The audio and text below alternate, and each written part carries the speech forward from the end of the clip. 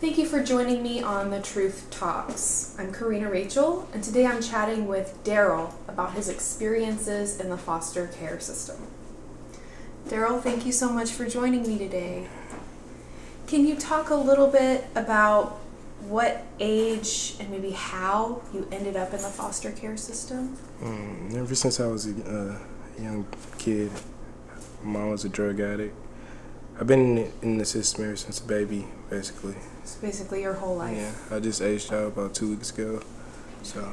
Well, happy birthday. Thanks. So it sounds like, if you were in the system your whole life, how many different homes or families have you? I've moved in 2 states, Louisiana and Texas. I've been in a bunch of different homes and places. Mm-hmm. None of them were like genuine. Some people were like for the money. Some people were just, I don't even know why they were doing it. Wow. I don't know, it just wasn't, nothing was real about it. It's called foster care, but it's nothing caring about it. Wow. So you felt that even though you were with all these different families, maybe you didn't really feel like they had the right motivations? Right. Everybody was different. Mm-hmm. When you mess up or do something bad, it goes on the paperwork, and then this paperwork follows you. No one sees you as the person you are, right? Like the person you really are. So they just see you as your paperwork, and there's a lot of things done by paperwork that shouldn't be done. It's right. Like, you don't know a kid, so how can you put them on the paperwork? Right. So. Yeah, some of the other people I've talked to today expressed that they felt like they were just a number. Mm-hmm. They were just another sheet helping of paper. Someone get a paycheck. Right. And that certainly is not conducive to helping a child, Better grow and up stuff, right. So, in your time in the system, what do you remember? I mean, it sounds like you had a negative experience, but can you tell us, some maybe specific examples of what you experienced while you were in the system? Mm-hmm. It's just been a couple times when I've been to places and I've seen kids get raped at different places by different kids. There were boys raping other boys. It was kind of some kids they wasn't supposed to be with the other kids. Like, they were just drug you up and basically put you in a home and tell you to behave, and you don't behave, put you on it in this paperwork, and they will level you out, like from moderate to basic, things like that, and it goes up, and the higher your level gets, it just kind of makes it worse on you. And right. I mean, it was a couple times that I got into fights with kids because I was just angry. It's just they have so many lies they'll tell you, and it's frustrating. It's frustrating as a kid because you don't understand what's going on around you or anything. It's just you getting told one thing and the next person's telling you something else. So it's like, wow. Right. And you don't have any kind of control. No one's actually raising you. You're just making ages on your birthday. Mm-hmm. You turning 8. That's cool. Right. That's it. You're not being raised up. You go to school. If you don't pay attention in school, you're not learning anything. No one's helping you teach. Mm-hmm. It was a time when I was 2 years old. I stayed in Opelousas, Louisiana, with the family, and I couldn't read. I couldn't write. I didn't know my ABCs. I couldn't spell my name. I didn't even know my name, and no one helped me until I got into school. And one of the teachers, she sat me down. She found out my situation. Every day after school, she helped me, found out my name and things like that. Mm-hmm. So it's just kind of been. So just one person who actually sits down and gives you the compassion really makes a huge difference in your life. Mm-hmm. So did you receive a mental health diagnosis, or were you put on any medications? I received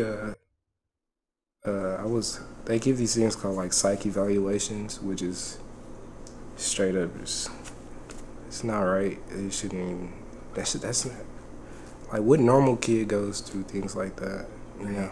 So yeah, I was diagnosed with anger management and that I had a serious case of anger. which I did, but it drugged me up, and I got these shakes. I came off of it. I became addicted to it. And it's like now I shake really bad. I fidget a lot. It's just because at first I was normal. I could draw a straight line at first, and now it's just shake a lot. And it's just really bad. I was on a drug called B.R.A.V.E. And if you watch TV nowadays, you'll see an info commercial that comes on, and it'll tell you, if you've been taking a B.R.A.V.E, it's just like, wow. Yeah. So I wonder what else drugs that they're putting out that no one's saying anything about. Oh, yeah. So, and I was on that drug for like 2 years. So. Do you know how many drugs you were on over the course of the years? That was the only one. I took that from age 13 to 15. Okay. I've been, when I went to the psych hospitals and stuff, I've been given shots, and I slept for over 3 days. Like, these shots, they're so strong. Mm-hmm. It's just because I showed aggressive behavior, being restrained, slammed down. Mm-hmm. It's like, you're not really, once you get in, it's different levels. So, like, if you're a basic kid, you might experience some difficulties, like, with the family, but you won't really see any abuse until you get higher up into the care levels. So when you get higher up into the care levels, like, I became intensive care. So that means I was, like, in the psychs and all that. So when I got put into the psych, my whole world changed. Mm-hmm. So I was already going through problems, like, a little bit. Now I got put into this psych hospital, and it's like every day I'm trying to fight. And I became aggressive. Right. It's like I turned into this animal that I wasn't. I'm a good person at heart. Yeah, you seem like a really nice guy. It's kind of hard to imagine that. They turned me into something that I wasn't.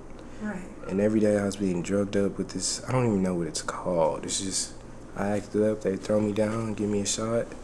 And the shot could make me sleep for 3 days. I slept for 3 days before. And it's rough, the way they treat you. It's like, one time I got into a fight with a kid, and after the fight, they were restraining us, and the staff, he threw me down, and I passed out, and I was like, wow. Like, after that, it's like, I understand that I was acting up, but it's the way you handle someone. You keep handling me like that, it's like, okay, now I know no one really cares about what I'm doing or how I'm doing it, so I'm doing what I want. It's no guidance. Right. Yeah, it sounds like it was a lot of using medications to try and control behavior. And what about, your experiences with other kids in the system? What kind of things did you see that you think people need to know are happening in the foster care system? Things that I saw that.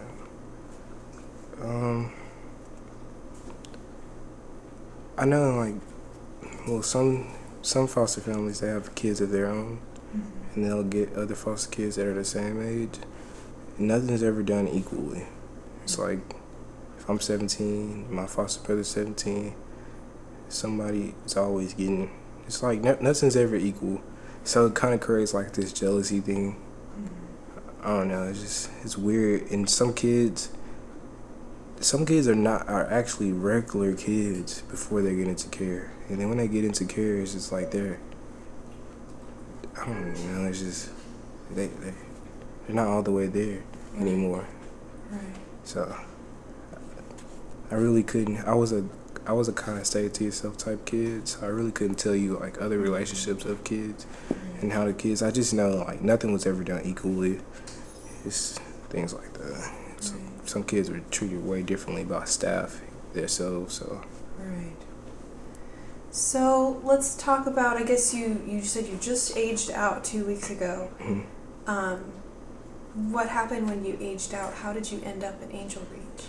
Well, basically I knew I was going to be, being kicked out or aged out. I wanted to continue extensive care because I didn't have anywhere to go. Mm-hmm. But I didn't know about the program, and so I did find out about the program. And they were telling me I was going to be still be in care, all types of things, and come to find out that I wasn't going to be in care. So it's like, do I take this risk and stay in care, or go see what life is really about?